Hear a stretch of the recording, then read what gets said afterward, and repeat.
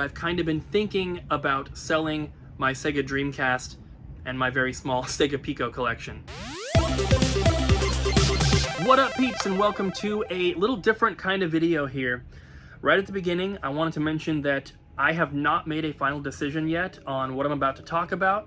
So this is a video of me just kind of talking out my thoughts and letting you guys know what I've been thinking about over the past few days. Like I said, no decision has been made yet, but I wanted to put this on the Double Jump channel instead of my personal Sick Cooper channel because it will affect the store if I decide to go through with it. So I have this awesome game room here and very, very proud of it. This is the largest game room that I've ever had the opportunity to put together.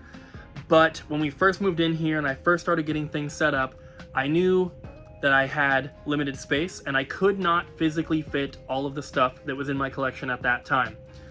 This is the largest game room, like I said, but the game room that I had previously, I had a lot of stuff boxed up, so it was hard to kind of get the full scope of how much space it actually took up.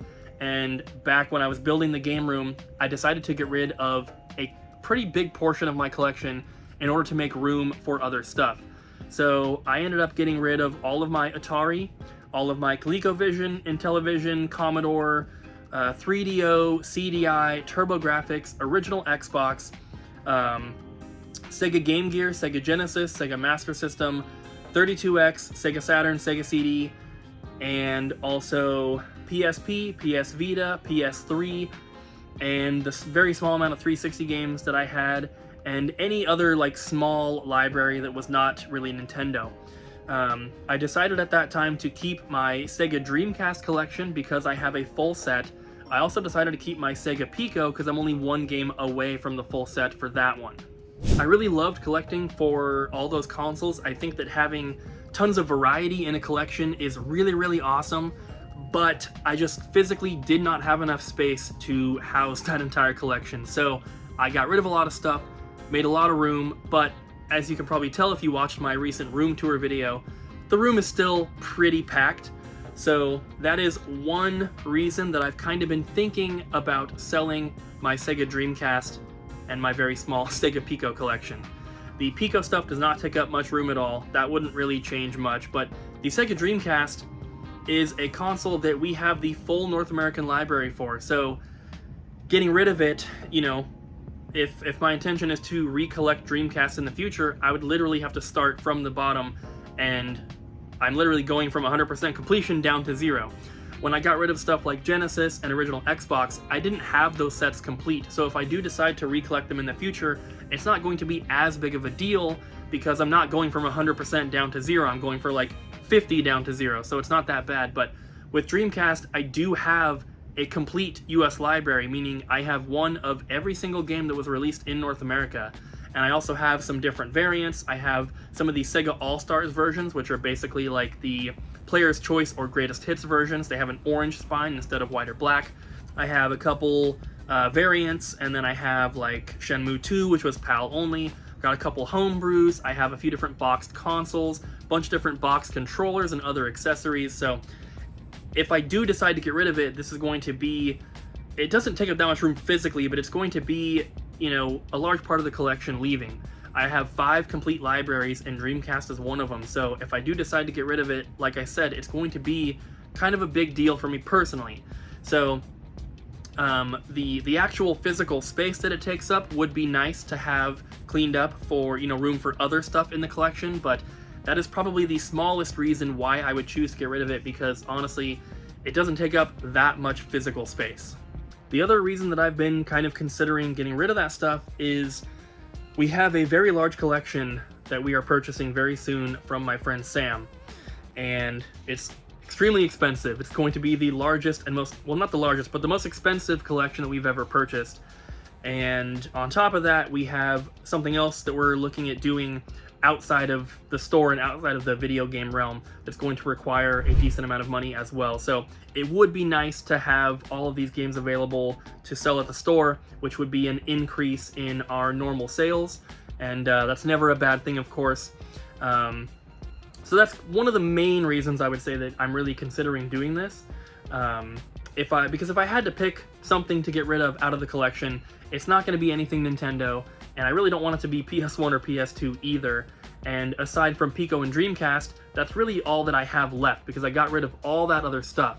So currently, our collection is comprised of Nintendo, every console, and then we have Dreamcast, Pico, and then PS1 and PS2, and that's it. We don't have any other libraries or any other games for other consoles. It's just that stuff. I'm never going to get rid of any of my Nintendo stuff, and if I had to pick something, it would be the remainder of the Sega stuff, which, like I said, is Dreamcast and Pico. So it's kind of a tough decision. I'm still thinking about it. Like I said, it's not something that I necessarily want to do, but if it's going to make some of the other things that we're doing a little bit easier, then it would be a benefit. It's just, I think, the mental hurdle that I have to get over of actually getting rid of something like that, because when I got rid of that stuff before, it wasn't easy. Some people deal with getting rid of their collections differently than others. Some people say once you start selling a few things, it gets easier and easier.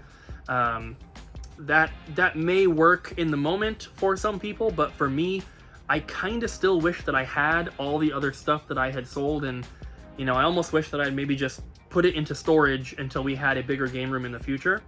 I can always recollect again, so that's not a huge deal. I didn't really have anything that I got rid of that was like incredibly rare that I would never be able to find again.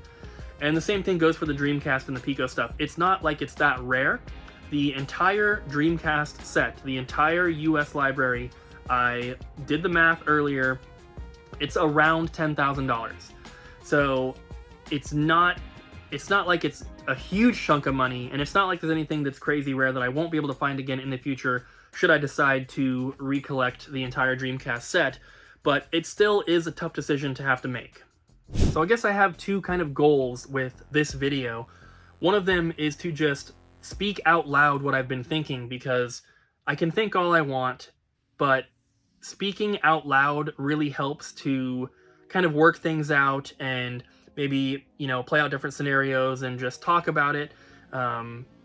And, I can talk to Abby, I can talk to my friends and everything, but I'm talking to you guys right now, but I'm kind of talking to myself at the same time, because I'm just in this room by myself with my phone filming me right now. I don't have an audience of people sitting behind the camera. So I'm kind of talking to myself, just working out my thoughts on it, kind of thinking, what'll it be like if I do sell it? What'll it be like if I don't sell it? How's it going to help? How's it going to hurt? All these different things. But in addition to me just talking out my own thoughts on this, I'm also looking for maybe some input or some advice from you guys. And obviously, I know that this is completely my decision, and mine and Abby's decision.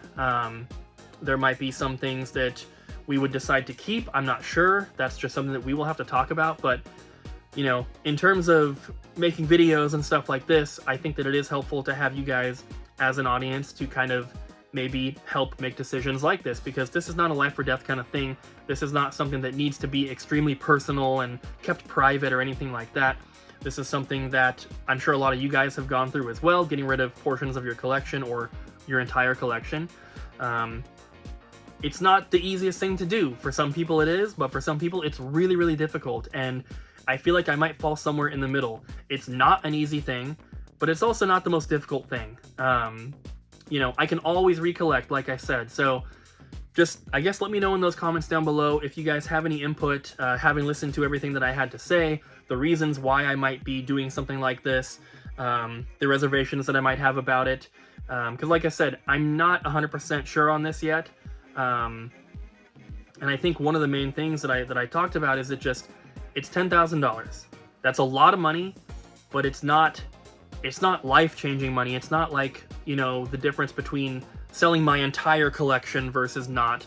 The Dreamcast is a very small portion of what we have, and while $10,000 is a lot of money, that's a lot. But in terms of a business where we're, selling lots of stuff every day, it would be a boost, but it would not be like some crazy thing.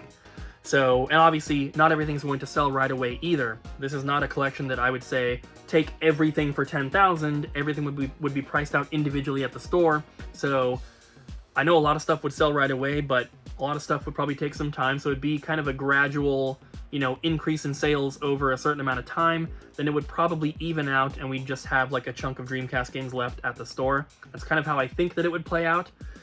So I don't know, just let me know what you guys are thinking in those comments down below. Thank you for listening to me just kind of ramble on and give you my thoughts on the situation and what I've been kind of, you know, thinking about over the past few days. And yeah, thank you guys for watching. Hope you enjoyed the video. Don't forget to like, comment, and subscribe. And I'll give you guys an update when I have one.